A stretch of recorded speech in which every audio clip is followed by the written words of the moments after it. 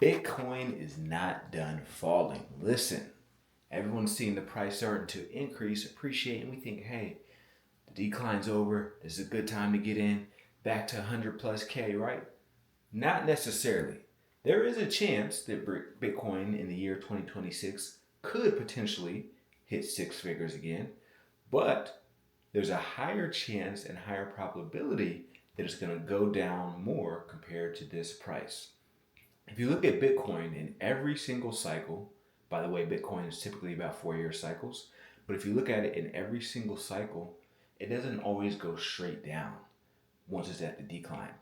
Last cycle, it took 7 months to go to the complete bottom. During that time, it didn't just straight drop down. You see there's certain weeks, days, etc., that there's a little spike, a little increase, 5, 10, 12%, right? But overall, it did a decline for 7 straight months before it finally plateaued at the bottom, stood around that level for a little while, and that was a great accumulation area. It's going to be similar here. Now, I'm not saying it's going to be an 80+% decline from 126K to the bottom, but what I am saying is I feel confident that we have not seen the lowest price yet. Right now, it was flirting between 58K and 62K, depending on what you're looking at and what you're using, right? Sometimes it'll be slight price variations.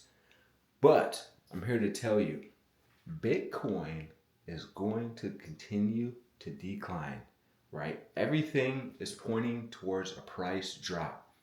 There may be appreciation, but that's going to be short-lived. 2026 is the year that BTC will drop more, right? All we have to do is look at the historical chart patterns.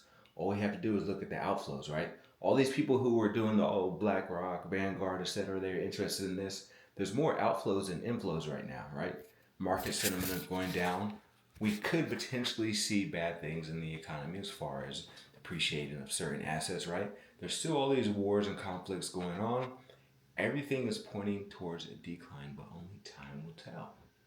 Now, this is not financial advice. I'm not a financial advisor. I'm just someone who observes things and has pattern recognition and personally is invested in cryptocurrency, at least until maybe like 2030. And then that's when I'm probably going to take a more safe route and look at things like stocks and all that stuff. I used to trade stocks first before I got into crypto. But personally, I think that once we hit this most recent bottom as far as the price for BTC, me personally, I'm looking at it like this is going to be the last cycle that I'm going to get in because I think the speculation is changing, right? It's becoming more mainstream. So those crazy returns that people are getting 20, 30, 40, 50x, all these crazy numbers, it's going to be harder and harder as Bitcoin starts to get mass adoption. There's more institutions, and it's not like it was before, right? Because before there's all these stereotypes about, oh, it's only for bad people or people doing things on the dark web, blah, blah, blah.